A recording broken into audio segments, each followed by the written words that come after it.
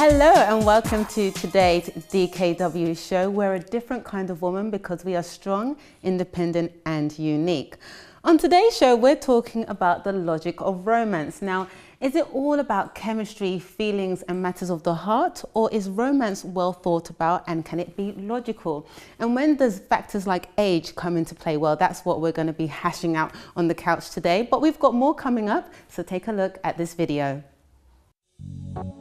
Next, we're going to play the red card and green card game. At 4:10, find out what people on the streets think with Jennifer Lon. At 4:25, see our presenters having the time of their life at Ripley's Believe It or Not. At 4:30, we'll be speaking to our relationships expert, Pam Custers. So I'm here on the couch and I'm not alone. As usual, I've got my lovely co-presenters. I've got the marvellous Muti. Marvellous. Thank you.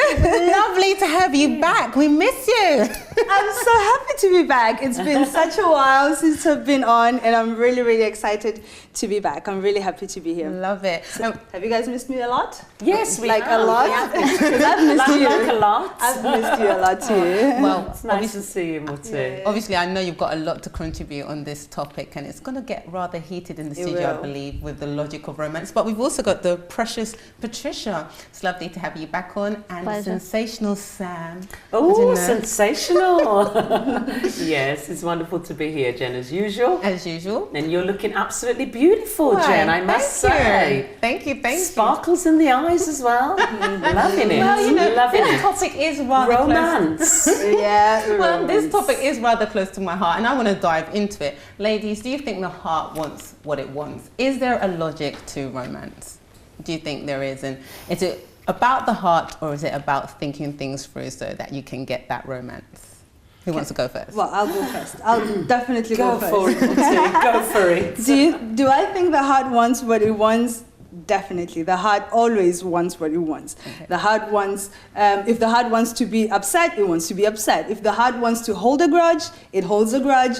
If the heart is happy, then it's happy. So the heart does want what it wants. Question is, should we go by what our heart wants? Oh, okay then. I'm not a big fan of the heart. I'm a big fan of logic. Oh, right. Okay. Which is thinking things through and taking out your emotions out of things and really thinking things through using your logic. Right, so you're less emotive, more logical. Yeah, and does not mean that I don't feel the emotions. I do. I'm human like everybody else. So right. When someone hurts me or says something that's provocative, I feel provoked. I feel hurt. I feel pain like everybody else.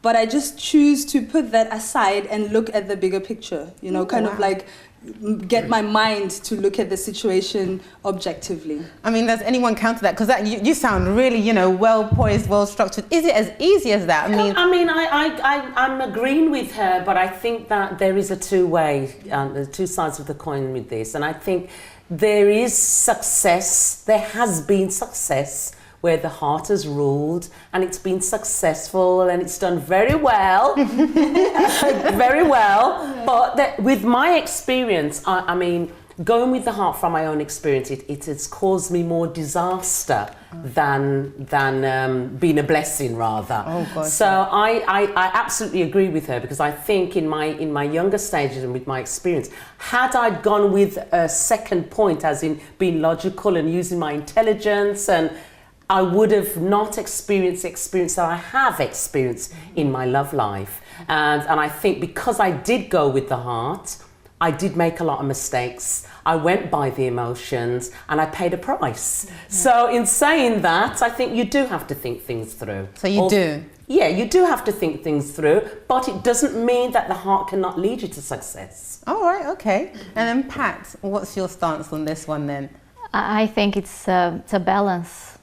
Okay. Because if you just go by your heart, you're going to end up making a lot of mistakes, learning the hard way. But if you go just through your logic, you're going to become this very cold and bitter person. Like you don't care about anything or anyone. People can say whatever, you just don't care.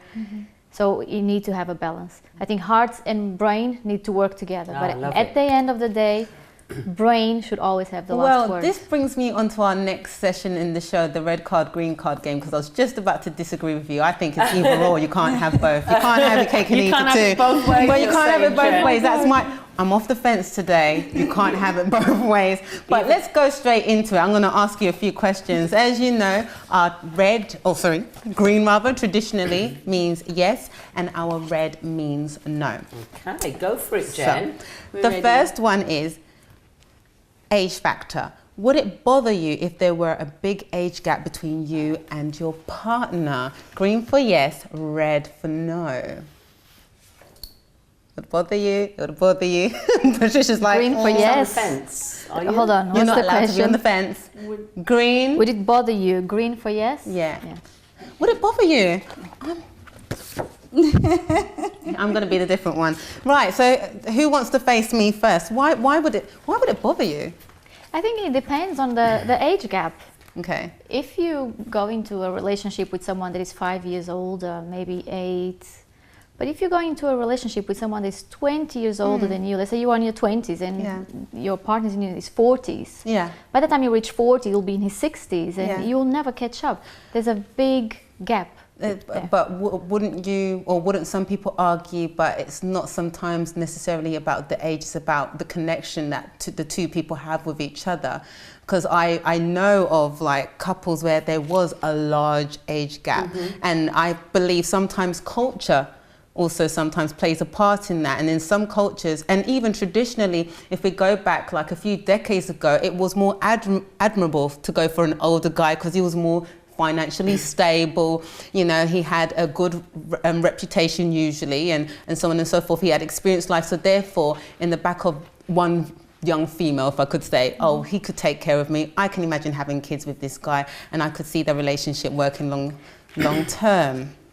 But I think that's when logic comes in, because yes, it might work, but how about on the older person's perspective? He's going to start looking at, let's say, the woman, and see very childish attitudes, nonsense talking, and it's like, who did I marry with? You know, is this the woman I want to spend the rest of my life with? Yeah. I agree there, because I just think that my own opinion in that having someone older than yourself to that extreme, for me, I think, if I think about it even logically, I think that it would give birth to a lot of complexes.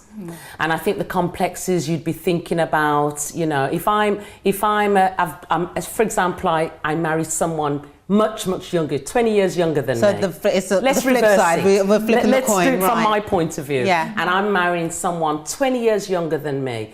I don't think my mind is going to be so straight that person loves me so much that I'm not going to, for 1 minute, think he's going to look for somebody his own age. Right. You know what I mean? Yeah. I think that it would give birth, and at some point we are human beings, you're going to think, oh, that person, he may like you may be sitting next to a younger person, you think, oh my God, does she look better than me because I'm so old and he's her age? I think it just gives too much birth that can bear a lot of problems later on. Okay, so then my next question is, then do you judge younger women who date older men?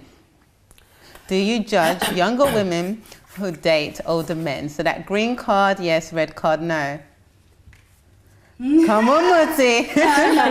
I'm thinking, do I judge younger women? Because, and think very carefully about this one based on the examples and the things that was said right now. So you say yes, but why? Because wouldn't you say that's unfair? I would love to have said no, I don't judge, because, I mean, who are we to judge? Who are we to, you know, say who can date who and, you know, but I think with myself, I'm going to look at that person, I'm going to think, why?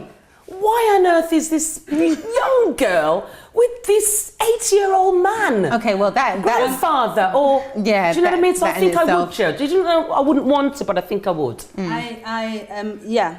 It's hard to use the word judge because I come from a point where we shouldn't judge people. So yeah, the word judge gives me a little bit of It makes me a little bit uncomfortable. But I will say, I look at that situation, and for me, from my point of view, I mean, going back to the question you asked earlier on, would it bother me to be in a relationship with someone much, much older? Yeah, it would bother me. So when I look at it, I kind of think, I project my own understanding upon it, obviously, and my own views on life upon it. And so I tend to think the way that I would for myself, that it's not good. For me, let me tell you why I think it's not good. Because for example, I am 38 right now, right? Oh, wow, so you look good. Maybe I shouldn't say it just came out. Maybe I'm thinking twice. I shouldn't have said that. No, I am 38. I have no problems with it. So I'm 38. Then comparing myself to my 18-year-old self, comparing me to my 18-year-old self, there's just such a big mismatch between who I am today and who I was 20 years ago. Yes. Right. So I'm thinking, if I'm in a relationship with someone who has 20 years of life experience ahead of me, I'm going to find myself in a mismatch in that relationship as well. It's like me being 18, married to my 38-year-old self. The way I resolve conflict is different now. The way I look at people, my tolerance level, my patience, the way I draw boundaries is different. So everything is just very, very different. And I think to be in a relationship with someone much older than you puts you at a mismatch. And therefore, I do not look kindly upon it, because I just think you're at a disadvantage. Well, let's take a break. But before we do, let's see what Jennifer Lon had to see with the people on the streets of London concerning this. Is age really a factor when it comes to the logic of romance?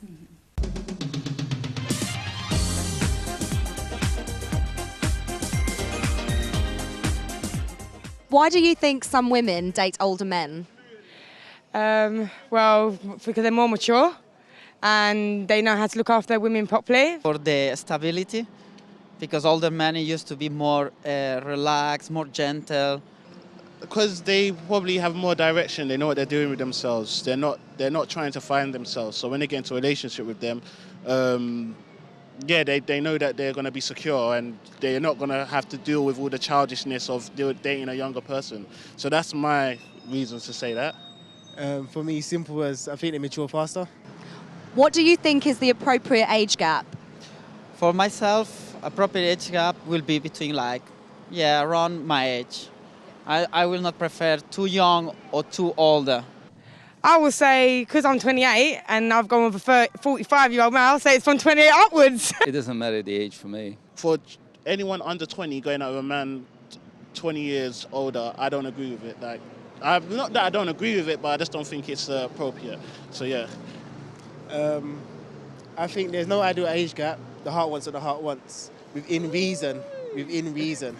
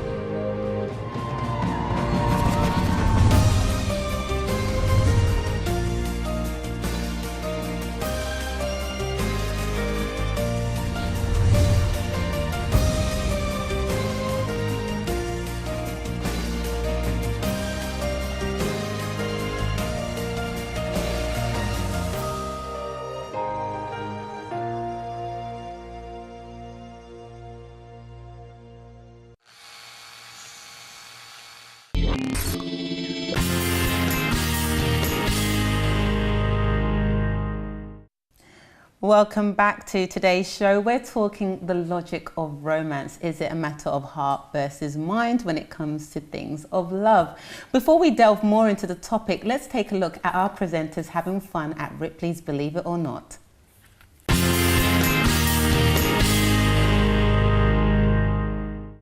Hi, we are here at the Ripley's Believe It or Not. Myself and Moti, excited about it? I'm very excited. We're going to have fun without our husbands. We left them all the way home, but we're letting our inner child come out today. Yes, and I brought a child with me, my daughter Isabella. You looking forward to see what they have in here?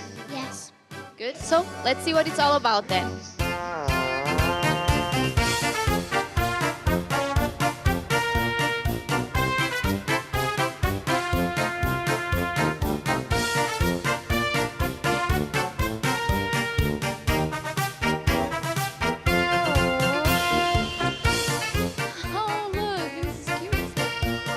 Keyboard computer.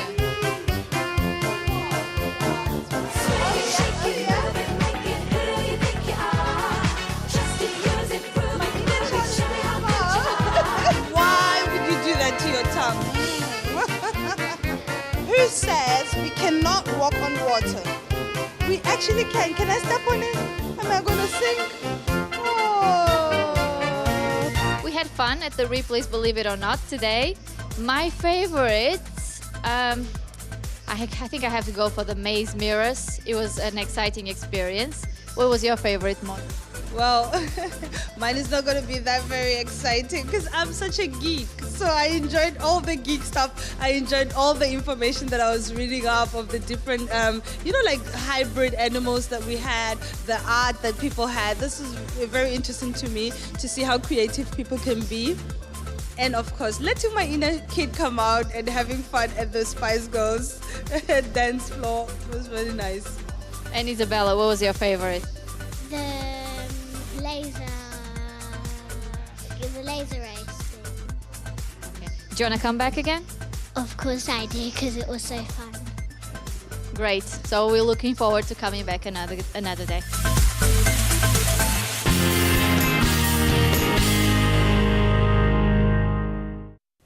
I mean, that looked like a lot of fun. You really enjoyed yourself. But it's always good to do something healthy for your relationship by going out by yourself, having fun, doing something different, and that looks pretty different. Yeah. But ladies, back onto the topic at hand, I've got a little bit of psychology, or old psychology, if I could say rather. Do you think the father complex is true? I mean, it says here, the father complex in psychology is a complex, a group of unconscious associations or a strong unconscious impulse, which specifically pertains to the image or archetype of a father. And these impulses may be either positive, so you're admiring and you're seeking out an older father figure, or negative, where it's distrust, you've got distrust and you've got a lot of fear there. So do you think that the fatherhood complex is true when it comes to females? Do they fall under that category? I definitely would say they're true. Really? Why would you say that? I would say they're true for the fact that there are so many. I think there's a big father complex. It's huge. I think it's not just so rigid that it's just one point. There's so much to it. And I think that there are so many daughters who have had different experiences with their fathers, whether it be too close to the father or even too distant to the father, and it develops this father complex, which creates what you're talking about now. So I do believe it exists, definitely. Sorry, Muti, I was going to say it's interesting that you said that, because I've got a fantastic father. Hi, Daddy, if you're watching. I love him to bits, but I just couldn't see myself going either way, like either going for someone who was like him, or not going for someone who's... I just couldn't see myself going for someone that's like my father, even though I had a fantastic relationship in childhood with both parents. So my story is a bit different, right? I grew up without my father. My father passed away when I was just 4 months old, so I never really got to experience having him in my life. And to be honest, I think I might have had a bit of this complex. Really? I'm not sure if it's a complex, because for me, complex sounds a bit negative, but I will say that not having him around affected me, and it sort of like affected how I viewed family and how I viewed marriage. I rushed to get married because I always wanted to have like that family that was complete, in a sense, having, like a father figure. And I mean, we don't have enough time, but I can trace things in my life that were unconscious but were linked to the absence of my father. Right. So in essence, I think it might be true. There might be some truth to this theory. Patricia, what do you think about it? Do you think that the fatherhood complex is something that's out there and affects many women, or do you think it's just a theory? I think it definitely exists and it definitely affects a lot of women. But like it says here, it could be something that happens unconsciously. They don't, I'm sure that women that are dating older men, maybe they don't realize it until they actually start thinking, going deep and thinking about it. Like Moti said, even if maybe if we were not talking about this subject today, you wouldn't have gone back to your past and your experience as a child growing up without a father. But now you can agree that it kind of links with what you went through as well. Yeah. Well, I've got another theory. I hope I pronounce it correctly. The term Oedipus complex or Oedipal, or is it Oedipus? There we go. The Oedipus complex or the Oedipal complex. It denotes the emotions and the ideas that the mind keeps and the unconscious via a dynamic repression that concentrates on the child's desire to have sexual relations with a parent of the opposite sex. This for me sounds really bizarre, but like this is what Freud was basically saying. Do you think that there's any truth behind Freud's theory? Oh my God, Sigmund Freud, what I are think you it was thinking? loco, You know, Freud always has some far-fetched theories. And for me, I think this is far-fetched because I really can't relate it to anything in my reality or to people that I've known. So it sounds far-fetched, but who knows, you know, I don't know, really. For me, basically, it just sounds far-fetched. I think what he was trying to say is that you are attracted to people who are like your father. So if you're attracted to a male figure who's like your father. So for me though, it's more than possible. But then it boils down to what I was saying before. I couldn't. But this is even linking it to your sexual behaviours as well. I know. I think it's quite bizarre. I think it's quite bizarre. But I don't think that most women are looking for a husband or a partner or a spouse who's like their father. Would you say, regardless of whether they've had a good relationship with their father or not? I think it depends. I think if you've had a family that modeled your dream relationship, you probably will look for someone who's like your father. If your father treated your mom, you know, so well, and you kind of like identified with that, you loved how he treated your mom, how he treats you, you probably want someone who's going to be similar, and your ideas and your dreams rather, you know, for the future and for a future relationship will be based on what you saw, because in your mind that symbolized perfection, that symbolized a good thing. So I think you do if it's good. It pretty much gave you a standard. Yeah, exactly. So then being on the flip side, because you kind of experienced this, not having a father figure, can I ask you this? Do you think then it would change your standards? Because if you're coming from a background whereby you've got that father figure there, and you know they had a fantastic relationship, and it's like, oh, I want to have a husband or a partner per se that looks like my dad or behaves like my dad. If the person doesn't have that father figure around, do you think then they don't have standards, and then they tend to go for someone who wouldn't be as pleasant or nice? I'm gonna sound controversial, but yeah, they do. Definitely. So do you think women that perhaps have gone, women that have grown up, in a single parent where mum was there, dad was absent, they're probably going to have less standards or might not even have a standard when looking for a partner? Yeah. Yes. Yes. I'm taking over, but let me just say that again, you know, based on my example, I'll tell you, I had literally no standards at all, because I didn't understand I didn't understand how to form those standards. Right. What is good, what is not, what is expected, what's not. I didn't even have a clue of what a relationship between a man and wife it was until I got married. Right. But I will tell you, after I got married, I sort of had, I lived with other couples that were married longer than me, and then I started modeling myself according to them. And because of what I started witnessing in them, the relationship that they had with each other, things that I started looking up to, I then started building a standard for myself based on what I was now exposed to, based on what I was seeing. But before then, I didn't have, my list coming into marriage, of what I looked for in a man, was really literally designed by Hollywood. So would you say like, oh gosh, so you went for the typical like rom-com romance that does not exist. That was my standard. That was my list. I want him to come sweep me off my feet and apologize with flowers, and there's going to be music playing in the background. Literally, that's the only thing that I had to model love on. That was what I was exposed to, movies and films. But then seeing it really in real couples, it helps. Yeah, exactly. And so living it as well. Moving slightly off age, do you think then things like culture and intellect then play an important role, or does it not matter? So, for example, I see this guy, we have the chemistry, quote unquote, but we're from two different cultures. Do you think then it affects, the way the relationship goes? Or even, in my personal opinion, even worse, you're from two different intellectual capacities, completely different off the spectrum. For example, you've got a doctorate of some sort, and then you're getting in a relationship with someone that has absolutely no educational background whatsoever. Do you think that chemistry will hold that couple together? Is it just a matter of the heart, or is it, no, you've got to think this through, this might not work, especially when you're dealing with intellect? Chemistry is rather fickle, right? Is chemistry a powerful thing? Definitely. That first time that you meet someone and you're really, really attracted to them, that's a really powerful feeling. It's really, it's binding, but it's not long lasting. So if you want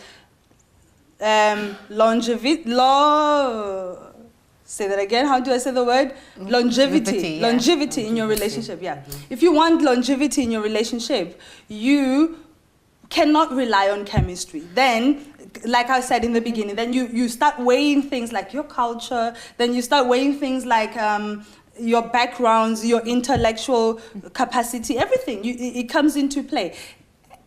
Does it mean that you can't be happy maybe with someone from a different culture? You can, because my husband. It's possible, definitely. You've proven that. Yeah, my husband is from a completely different culture. He's Portuguese, I'm South African. He's European, I'm African. Completely different cultures. Completely different cultures. Yeah, but you see, we made it work. Why? Because then we removed the chemistry. In fact, those things initially, they threatened our chemistry. So that attraction that we had to one another, like I said, the heart is very fickle. That's why I don't follow the heart. That attraction that we had to one another, when I started seeing things that were not compatible to my culture, that he was, simple things, kind of like that I found very disrespectful, because in my culture I was led to believe that they were disrespectful. It kind of squashed the chemistry. You're kind of like, do I really want to be around him? I don't think I want to be around him. So the chemistry was compromised, but then logic comes in. Okay, let me try and understand who he is.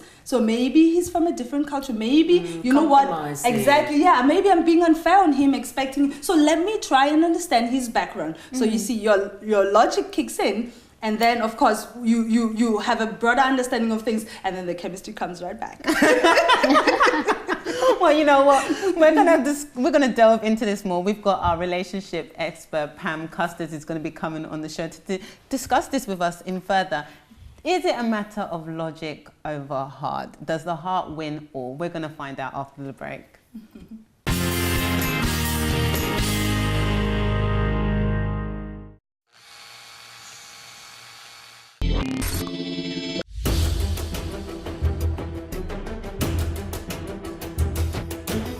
Uplifting. Diverse. Vibrant. Dynamic. Powerful. Youthful. Informative. Energizing. Passionate. Motivational. Freedom. Lively. Excitement.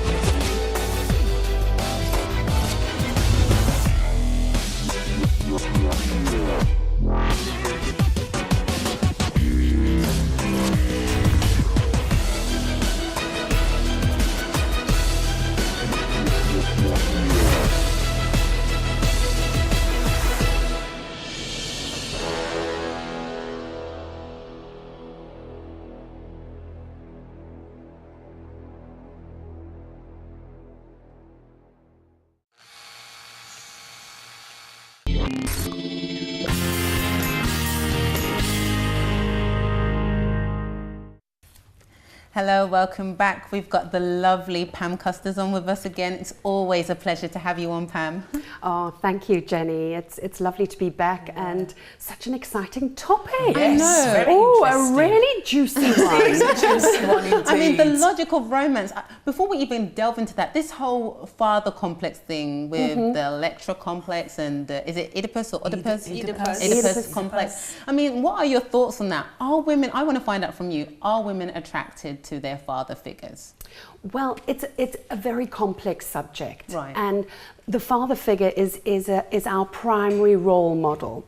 But to come back to the Freudian idea about the Oedipus complex, we've moved away from that. Right. Freud made a really important start in making us think about the unconscious. But we've moved past that, and really how we understand these primary relationships, which really form and inform our adult relationships. So the primary relationships, the attachments that we form as children, as babies, you know, from the moment we open our eyes, from the very moment we take our very first breath, we are forming a relationship. Wow. And isn't that amazing? That's very I mean, it really is quite extraordinary. And those early relationships, those first informative years, we come to learn exactly what to expect from life. Wow. We kind of think about, we get to learn whether our needs are going to be taken care of, whether our loved ones are going to ignore our needs or be very anxious about our needs, and we all have a kind of an attachment style. Right. Now, that kind of stays with us into our adult years, and the next time we form that significant attachment is with our love partner. Right. Wow. And our love partner then manages to temper that attachment. So actually, you know, Freud had something about childhood. Yes, we'll give him that. But in terms of really kind of striving to replicate a intimate relationship with our mother or our father, that's pushing the boat. Yes, pushing the boat. That's too much so. So yeah, you know, you're speaking about attachments, how we form attachments early on, and how these attachments affect us. I have a question because I grew up without this attachment to my father because he wasn't present, right? And people have always compared me to him in saying that I'm very overpowering, that I'm very flamboyant, like he was. Do you think if he were around and he was this overpowering person around me, would that have changed who I am? If he was domineering and overpowering, could that have affected me, maybe made me a little bit less drawn because of how he is? Well, certainly. Our father is a very significant role model in our life. And as you ladies were speaking about earlier, you know, how we see our parents relating is the kind of relationship we either say we want more of that or less. Or less of that. Or not at all. Okay, or not at all. Okay. And if we have a very, very domineering, a very overpowering father, what it can do is kind of we lose confidence in our ability to make choices. Right. And we may do one of two things. We may either find another extremely domineering person to be our partner and try and kind of fix the relationship if we found that relationship too much, or, and this is all subconscious, or subconsciously we may find the absolute opposite. So it's quite interesting. Our early development does play a role in how we are today. Yeah. That's so interesting. I'm interested to know if for example, daughters who have an absent father in their life, are they likely to be more to take drugs, etc.? Well, that's an interesting question. And certainly what we're finding now is that there's so many single parents out there. And possibly, if you statistically looked at the number of people who, girls who start taking drugs, they might statistically show that there are more single parents. But quite frankly, you can have people who start taking drugs and come from a very good home. It really makes no difference, you know. And I know that I've worked in a rehab, worked with families who have had children who take drugs, and really, by the grace of God, we can't pin it down. Really, drug taking, we can't pin it down to a stable life is that we know is the best thing for our young people. You know, whether that is as a single parent or whether it is as two parents in the home. But do you think it, on a different note, can an absent father maybe affect the daughter's relationship? Well, yes. In the future, do you think? Now, that's very interesting. In my practice, and I work a lot with women who can date, they're very successful single women who now want to find a relationship that's sustainable. So it's easy to date. You know, we've got an app on our phone. We can find the date, but how do we find a sustainable relationship? And sometimes, if we haven't had an available father, now that might be an absent father, or it might be a father under the roof but just doesn't pay any attention to the children. What we can often find is that we go and replicate it with unavailable men. So, you know, we find a man who just simply, either he works very, very long hours, he's not available, he travels, you know, and it's very interesting because it often comes back to that early template. Same pattern. You know, going back to what we was discussing earlier on in the show, one of the questions that I had was this whole age gap thing. Yes. Do you think that a large age gap plays a problem in relationships? Do you think that, you know, the heart can win over the mind when the age gap is, for example, as we was discussing, 20 years apart? I'm going to swing it the other way around, where, you know, the woman is, for example, 40 and she has a partner who's 60. Do you think that it can be a problem? Well, let's put it this way. I wouldn't judge any relationship. The relationship that we all seek is a healthy relationship. Yes, indeed. So if we get caught up with trying to subconsciously fulfill our needs, either by replicating a mother figure or a father figure, I'm not sure how healthy that relationship is. And I think that you may run into trouble because exactly what you said earlier, we grow up. We no longer have the needs that we did when we were 18. And that woman who was 20 years older and just took care of us and made us feel safe, or that man that we met that was 20 years older, well, are they going to need to make us safe and, you know, feel like a little girl or a little boy when we're in our 40s or 50s? Probably not. But if two people meet and they really do connect and they share the same values, they have a healthy relationship, who are we to judge? Who are we to judge? You know, one other question that I wanted to ask as well is, what would you determine as a healthy relationship?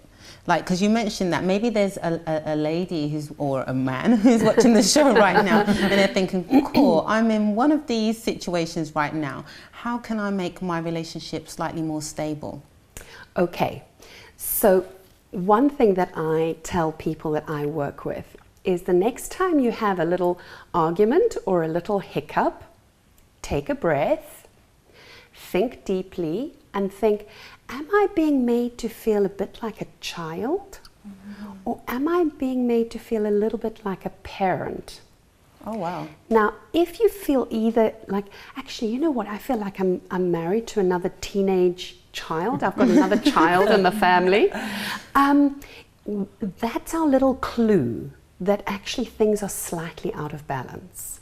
So if we take breath and we think about it, And actually we think, no, I'm having an adult conversation with another adult. That's a healthy relationship. We're not always going to agree with our partners. Difference is actually quite good in a relationship, believe it or not. Even extreme differences. It's how we manage those differences. It's how we co-construct a really good, healthy relationship. So, yeah, there we go. There's a little clue. I love that. You know, I'm sorry, I feel like I'm hugging Pam to myself because what you're saying is really powerful there. If you've got a lady then, for example, who's in that imbalance then, you know, she's got the parent or she's got the child, how does she correct it? Because, you know, say that she's discovered, oh dear, I've chosen my heart in this instance, you know, I've gone with someone who's not quite the right person, but I want to stick it through. How do you fix the parent or how do you fix the child? And is it possible to fix either? It's not always possible to fix that.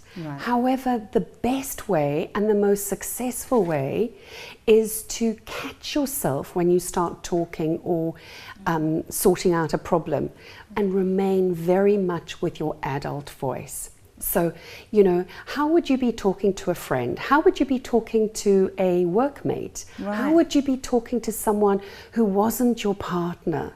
And if you can stay in that adult space, then actually what you do is you raise your partner's game. Right. Oh, wow. And I love it. you enable them to also be an adult. Yeah, that reminds me of what my mom used to say with children. Like, for example, when you have a child, you don't speak child language to them because then you want them to learn how to speak properly. So don't go, oh, booju, booju. So speak properly so that they can mimic that and they can, that sounds perfect. Yeah. Makes sense, makes sense. Exactly. You know, one final thing, I'm so sorry, I keep hugging Pam to myself. You I am hugging did. it, but I don't know when I'm going to get this opportunity again. One thing I did want to ask though is, what would you say? Is it literally logic over romance, or is it the heart over romance? Which one is the best? Should we go with our gut instincts and the chemistry, or is it about thinking things through finally? Well, you know what? It's a marriage between the two. Okay. You know, we could find a partner that ticks every box academically, you know, with our logic.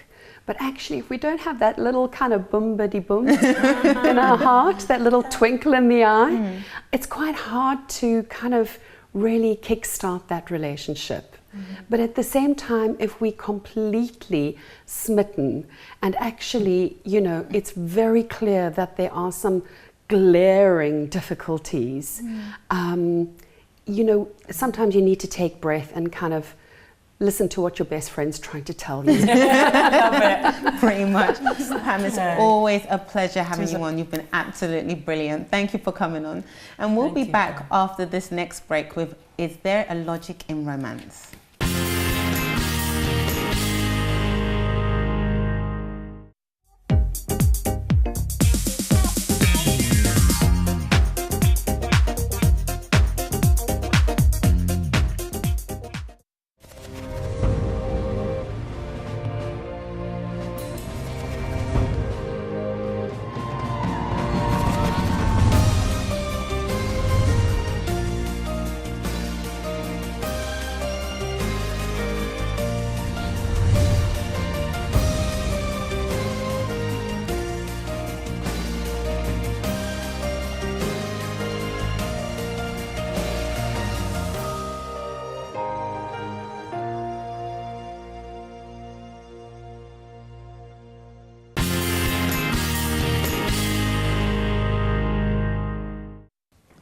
So ladies, we're back with this whole, is there a logic to romance, or the logic of romance rather.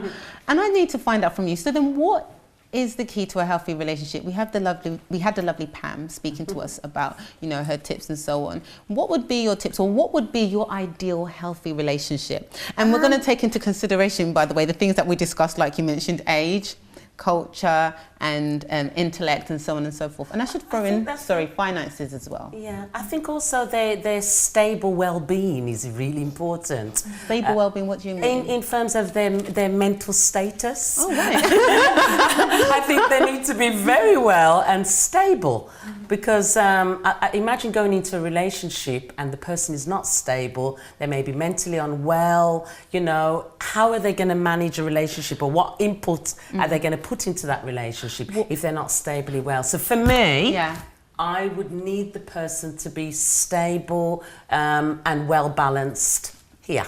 Okay, fair enough. For me, I would need someone who makes me a better, like who pushes me to be a better person. Like they add to my life, right? As we were learning with Pam, you don't want someone who makes you feel like you're a child, because that's not the best of you. You're not bringing out your best by feeling like a child. Either you're not bringing out your best by feeling like you have to parent someone, because you're always guarding yourself. When you parent, you're always protecting that person. So I would want a relationship, or I think the key to a good relationship is a relationship where you are inspired to be better. You are inspired. The person, you know, like makes you push yourself. Or I'm reluctant to say they make you, because you should have those qualities by yourself. But it happens in a natural way, because they enhance you. Exactly, because you are around that person. You feel driven to do better financially, to be more responsible. You feel driven to be a better person in terms of your morality. You know, you don't want to be lying to that person all the time. You want to be faithful to that person, all because they inspire that in you. And I think that's a key to a good relationship. Do you think, though, because the thing is, I understand what you're saying, but what is the key to a healthy relationship? Because you're married, for example, and you're married. Well, actually, all three of you are married. We're all married, Jen. We're all married. What would you say keeps your relationship healthy? What works for you? I think as well, it's our sense of respect for each other. I mean, me and my husband, we support each other a lot. Right. So there are times when I am weaker for whatever reasons, and I can get that support from him. You know, he's not going to be put me down, and vice versa. And I think it's a teamwork. Me personally, I do like someone who's quite affectionate. Right. That's what I look for in a man as well. I like loving. I like to be. I like to feel special. So my husband does things to make me feel special. But at the same time, you know, there are moments when I do want a firm husband who's not gonna, you know, if I'm down, he's not gonna break down with me. You know, he's gonna be able to stand firm and make firm decisions, and to keep a balanced relationship going. So I think that's healthy. On that note, can I quickly ask? Yeah. Do you think then your husband and all of these traits that you mentioned is kind of similar to what we discussed? Would you say it's very similar to a father figure, or was it not similar to your father figure? I would definitely say similar to. Funny you should say that. I would say yes, that is similar to my father figure, because my father was all that. And so I would say yes. I would say different. My father was a lot more stricter. Right. And I think that if I had a husband who was strict, firm hand, I think I'd be running a mile from my husband. So, you know, there is a difference there. See, first of all, I want to say I met your dad, and he is affectionate. He's really very sweet, very sweet. I'm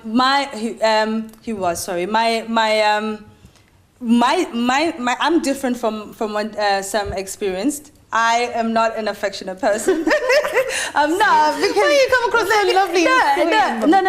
I mean, I'm not natural. Let me say, I'm not naturally affectionate. I'm kind of like, oh, why is he hugging me? Like, why is he? Oh, come on! I just kissed you 5 minutes ago. Must I kiss you again? That's me, how I am naturally. But I've changed, because he is more he's affectionate. He kind of like he loves to be always hugging and coming over to me and you know, like kissing me and being around. And why have I changed? Because of communication, which for me is the key. And I think it's a cliche, but it's true. When you are in I think the key to a good relationship is having an open communication with someone. So being able to communicate your needs, what you need in a relationship, and having that communication met positively. So having a person who's sitting on the other side and is able to listen, weigh what you're saying, and to make decisions based on what you've communicated. And also the other way around applies. You being able to listen to someone, communicate to you something about them, their needs, what's important, being able to weigh that and apply it in your relationship, make decisions based on what they've told you. So I finally, understood that it's important to him to be affectionate. I mean, there's a whole lot of things that go with that, why it's like that, but it is important. And because it's important, I forget that I'm uncomfortable with it, and I, work towards being comfortable with it and being natural. And actually now, like you said, I am very, very affectionate now. But huggy, kissy, One thing I wanted to ask then, on the flip side then, do you think there's times when the emotions have, because you actually thought about it, you thought, okay, I'm going to do something that makes my husband happy, I'm going to be more affectionate. When has it been the flip side, when instead of going with the mind, you went with the heart, and then it didn't go quite so well? Yeah. Both like. The reason I'm not a fan of the heart is because I have gone with the heart, and I've really had very bad consequences because of it. So I mean, we were saying the heart can be positive. Emotions are positive. So when you have they bring to you attraction to someone. They make you feel good around someone. You laugh around that person. But I'm not saying discount emotions at all. I'm just saying do not make decisions based on them. Because every time that I've made a decision, maybe this is regarding negative emotions. And I'll tell you, for example, you've had a disagreement with your partner, with your spouse. You had a disagreement, you didn't like what they said. They said something that just went too far. It just crossed your boundary.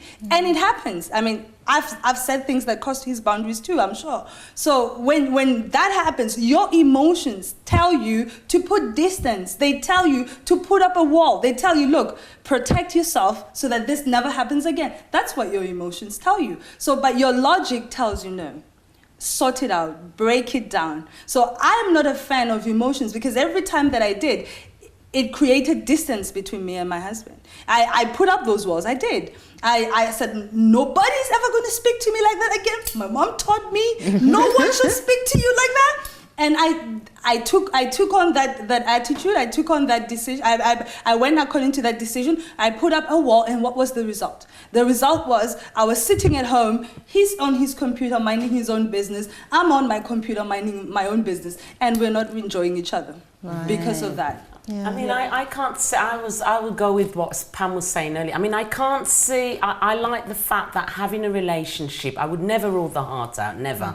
Because I do believe in a relationship having some kind of spark or chemistry. I do believe in that, because I can't see myself being with someone who there's none, absolutely. It's just tick boxes. And that's it. But why I would say on the logical side is important as well, because you're intelligent. Because I've been, with my own past experiences, there was times when I went with the heart, in love and, feeling that this is the one.